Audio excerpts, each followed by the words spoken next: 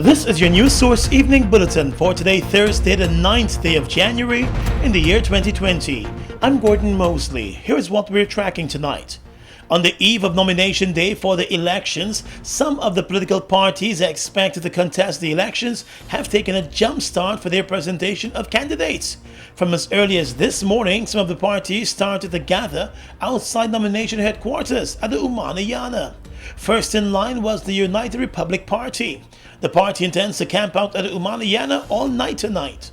We're basically at this point where we could be able to be one of the parties that could give in our candidate list so that, when it's to be verified, we'll know how much candidates we have that is viable for candidacy to represent the party. A new and united Guyana, which is expected to enter the elections along with the Federal United Party, was next in line. One of the executive members, Akani Blair, said his party is ready for the polls. Traditionally, elections, nomination day, every person or every party try to get to hold an early position so as to ensure that the signatures that you would have got to back your candidates are not rejected. Because if you go in second or third, fourth, fifth, it is very highly likely that other parties would have already picked up signatures from the very people that you would have picked up signatures from. And the People's Progressive Party Civic has also taken up a position outside the Guyana. The PPP executive member Neil Kumar said there is no doubt that the party, which was in government for 23 years before it lost power in 2015, is ready for the polls and ready to serve in government again. We are fully prepared for tomorrow. We have all our documentation, our list is well prepared, and we will be there early and ready for prepare with a very strong list of candidates. Well, we want to be there early too. That's why we are here from now. We want to be there to make sure that our list is accepted and everything is okay. But tomorrow you will see our list. Our list is very, very good. Very, very good. Two other parties are also in line, but their representatives did not offer any comment to News Source. The APNU AFC coalition this evening has indicated that it will be moving from the parade ground tomorrow midday with a large contingent in a parade to present its list of candidates before the Elections Commission at the Guyana. More news coming up in a moment. Tired of long lines? Register with MyGTT at mygtt.co.gy. That's mygtt.co.gy to view and pay your bills from anywhere. Enter to win an Amazon gift card worth $25 or a bounty voucher worth 5,000 Guyana dollars when you sign up today. GTT, do more. The Guyana Elections Commission has published the revised list of electors. Eligible persons are advised to check their information on the list posted in their respective areas or on the GCOM's website at www.gcom.org.gy. Persons who did transactions such as new registration, changes, or corrections to their information in the recent registration exercises must check the revised list of electors to ensure that they are listed and information is correct. If your information is not correctly stated, you must visit the GCOM office in your area on or before the 25th of January 2020 with the triplicate copy of the registration form referred to as the pink slip to ensure the update is done. The updated and corrected information will be on the official list of electors. For more information, visit our website at www.gcom.org.gy. Follow GCOM on Facebook at Guyana Elections Commission.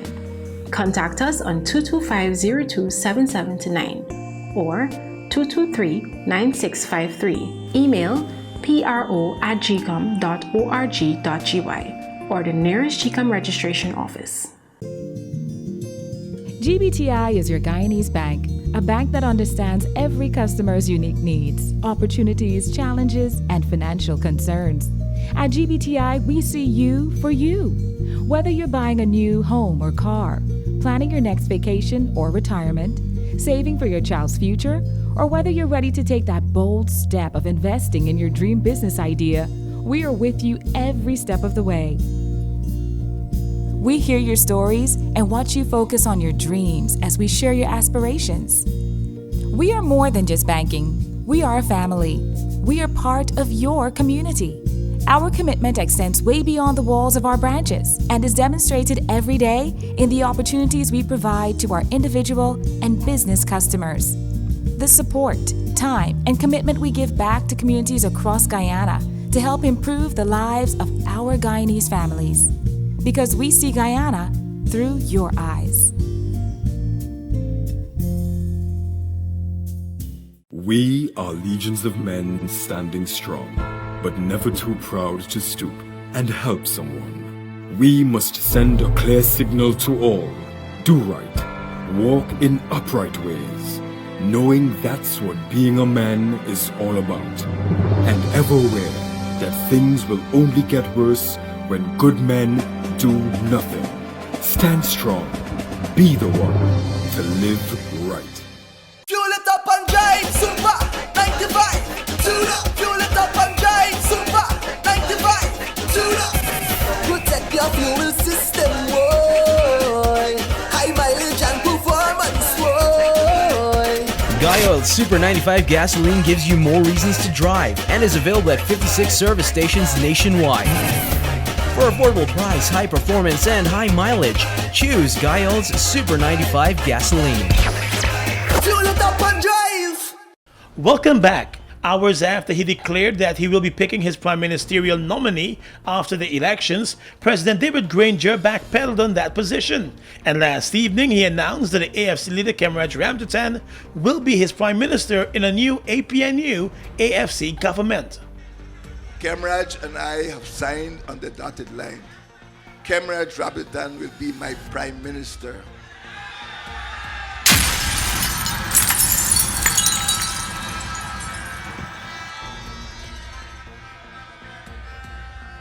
We are not living in the past. We are living in the future.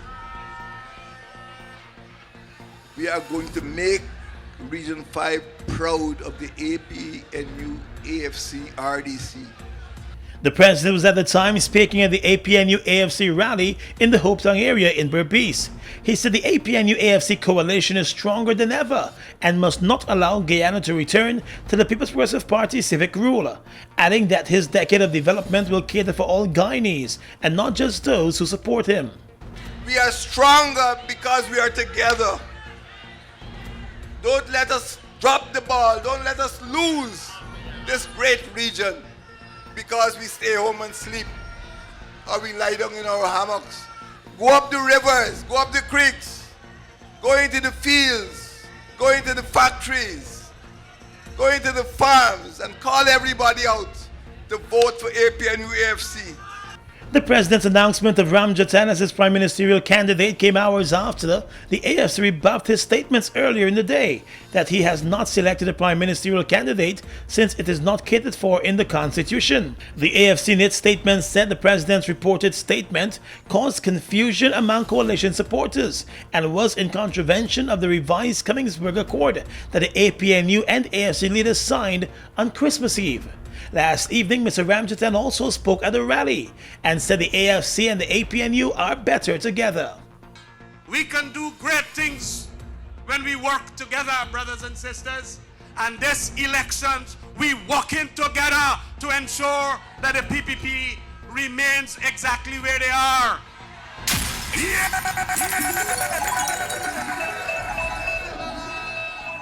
And let us ensure that they remain where they are, with even a less minority of seats in that opposition. You gotta put every ounce of muscle into it to ensure that it happens. As the rally came to an end, Mr. Granger and Mr. Ramjatan joined hands on stage to the sound of the party's jingle for the elections and the beats of African and Tassa drumming. The Guyana Elections Commission has announced that it has started an administrative process to ensure that electors are placed within their correct divisions for voting. The move comes after it was realized that some of the information for voters on the revised list of electors did not reflect changes that were made by persons during the house-to-house registration exercise. In a statement last evening, GCOM said failure to conduct the necessary exercise could result in electors being displaced and unable to vote at a polling station in their area. The Commission said it will ensure that the name of every registered eligible elector is properly accounted for on the official list of electors.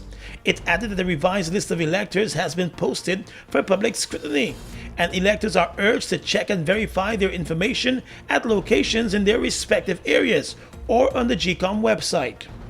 There were persons who their names appeared on the RLE. For example, persons like me who have changed my address since the last house-to-house. Now, my name would have appeared on the RLE with the old address. Well, GCOM always, the policy here, they always use the latest registration transaction. So that is being done to update. So there's nothing with tampering. No one is tampering. And the Commission has also dismissed statements by the opposition PPP that the National Register of Registrants was being tampered with. The Elections Commission said the statement is baseless and designed to cause confusion in the public domain. The revised voters list has been published across the country and is also available on the GCOM website. While the Guyana Revenue Authority today disputed reports carried by the Guyana Times that the Auditor General's 2018 report shows that the Revenue Collection Agency collected $217 billion in taxes in 2018. The GRA issued a statement this afternoon responding to that report. GRA Commissioner General Godfrey Stacia in his statement said the GRA's total collection for the fiscal year 2018 was $198.5 billion. He said that was made clear by him at a press conference a few months ago. According to Mr. Stacia, it is therefore unfathomable as to where the Guyana Times would have seen in the Auditor General's report that the GRA collected some $217 billion in taxes, some $18.5 billion more. The Commissioner General said it is important to respond to the claims, since such statements have been earlier used as a precursor to suggest that the GRA is overtaxing the economy. He said he refutes the insinuation since it is furthest from the truth. Increases in GRA's tax collections, he said, are owed to significant improvements made over the years in tax administration and efficiency, together with increased revenues from the oil and gas sector. The revenue collection boss reminded that since the budgets in 2016-2017, no new taxes were rolled out in any of the subsequent budgets. The Guyana Revenue Authority, he said, in pursuit of vertical and horizontal equity in taxation, successfully advocated for the reduction of tax rates and the removal of the tax base that was creating compliance burden on taxpayers. Stacia also raised concern about the leakages of the Auditor General's report, which, while being presented to the Speaker of the National Assembly, has not yet been made public. He said he has not seen a copy of the report, but has found himself seeing statements from the report in the local press about the agency he manages. Stacia noted that there has been a breach of confidentiality, a fundamental tenet in the work and life of a professional auditor, and it is tantamount to professional negligence on the part of the Auditor General. He said such negligence is surely one of the many criteria which would have allowed for sanctions, were the Auditor General a professional accountant. The Auditor General has been relatively quiet about the leaks. Well, opposition leader and PPP General Secretary Barrett Jagdeo today expressed his disappointment over recent decisions coming out of the Guyana Elections Commission. At his weekly press conference this afternoon, Mr. Jagdeo raised concern about the Elections Commission's recent move to begin a process to correct the information contained on the revised voters list, to include information gathered during the house-to-house registration exercise. On the eve of Nomination Day, the opposition leader, who has been at the forefront of his party's campaign, said he is disappointed with some of the decisions being made by the Elections Commission chair. I don't know how these decisions are made, but I think endeavor to appease the PNC commissioners there. So first of all, we made it, the house-to-house exercise was truncated, stopped by her. That meant it had to be stopped for a reason. it was not serving its purpose. Then strangely, she insisted that there would be a merger of the data. Now, if something is stopped for a purpose illegally, why should the data be gathered only from those people who had a chance to be registered, not everyone? The Guyana Elections Commission, for its part, has said that while it stopped the house-to-house registration exercise to prepare for the elections, the Chief Justice had ruled that the exercise was not illegal. But the opposition leader said he remains concerned that there could now be serious flaws that would question the fairness of the elections. This is unbelievable. The decisions are made that they're outside of the statute. This is a statute-based election. You can't change things on the PLE after you've gone through claims and objection and issue the revised voters list. Mr. Jagdew accused the chairperson of GCOM of placing the government-nominated members on the commission by siding with them. He said he wants the international observers to be on the ground soon as the election campaigning swings into full gear. On the police blotter, the Guyana Police Force this morning issued a wanted bulletin for the general manager of the Ramada Princess Hotel, Turkish national Ugur Turtgen. According to the bulletin, Turtgen is wanted for fraud and immigration violations. While the Guyana Police Force did not offer details of the alleged crimes, news source understands that the fraud charge is related to alleged activities carried out by Turtgen in his homeland of Turkey. News source has learned that the Turkish government has since written to the authorities in Guyana seeking the extradition of Mr. Turtgen to face criminal charges back home.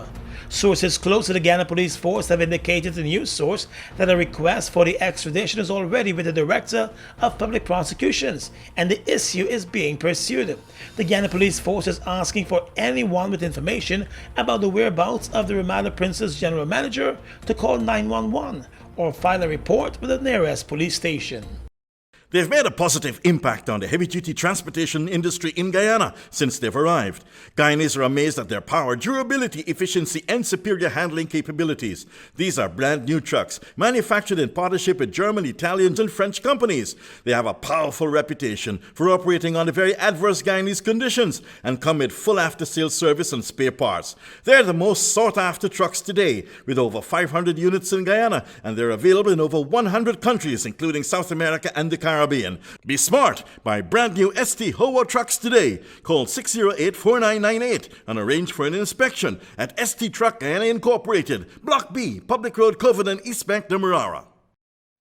The Guyana Elections Commission has published the revised list of electors.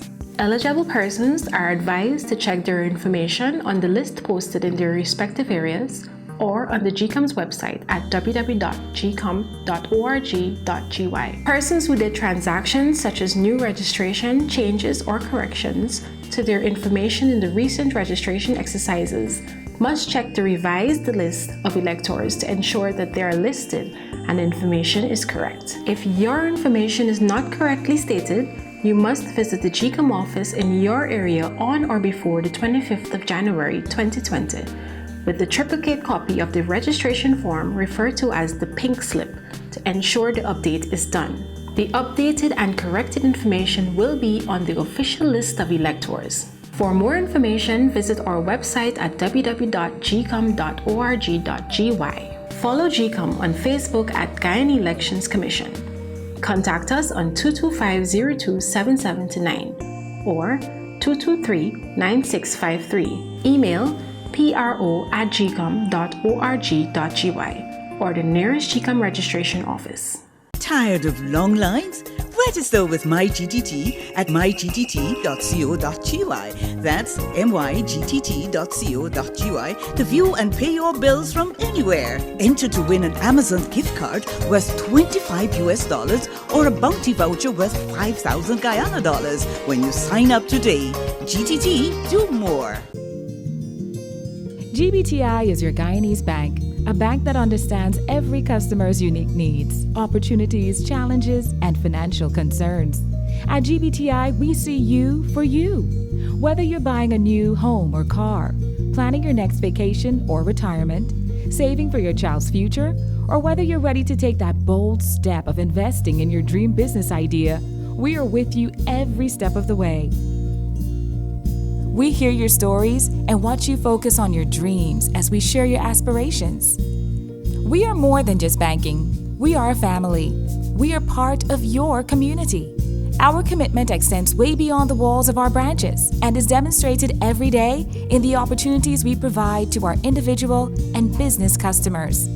The support, time, and commitment we give back to communities across Guyana to help improve the lives of our Guyanese families. Because we see Guyana through your eyes. Across the region right now, the year 2019 has set a record for the least number of homicides committed in Antigua and Barbuda in a single year since 1999. With just 3 murders on record, a 75% decrease from 2018, the acting commissioner of police, Anthony Rodney, suggests that it may be the lowest in any independent state in the world. Serious crimes, to include gun-related and violent crimes, were said to have decreased by 42.4% across Antigua when compared to 2018. The acting police commissioner credited this to the ongoing ability of law enforcement officers to remove firearms from the streets. However, the overall number of crimes reported increased by 634 reports. It accounted for a 28.7% increase and drove the figures from 2,202 in 2018 to 2,836 in 2019. In Latin America, Mexicans seeking asylum in the U.S. could be sent to Guatemala as part of a deal signed by the Trump administration with the Central American country last year. Under the agreement, migrants from El Salvador and Honduras who pass through Guatemala can be returned to the country to seek asylum there first. But some Mexican migrants too could now face deportation, the U.S. Department of Homeland Security announced. Mexico rejected the plan, saying it could affect hundreds of people. And finally tonight, international news. The BBC reports this evening that evidence suggests an Iranian missile brought down a Ukrainian passenger plane that crashed near Tehran, possibly in error, Canadian Prime Minister Justin Trudeau has said. Mr. Trudeau called for a full and thorough investigation into the crash, which killed all 176 persons who were on board. Iran has ruled out a missile strike by its air defenses. The crash came just hours after Iran carried out missile strikes on 2 air bases housing U.S. forces in Iraq.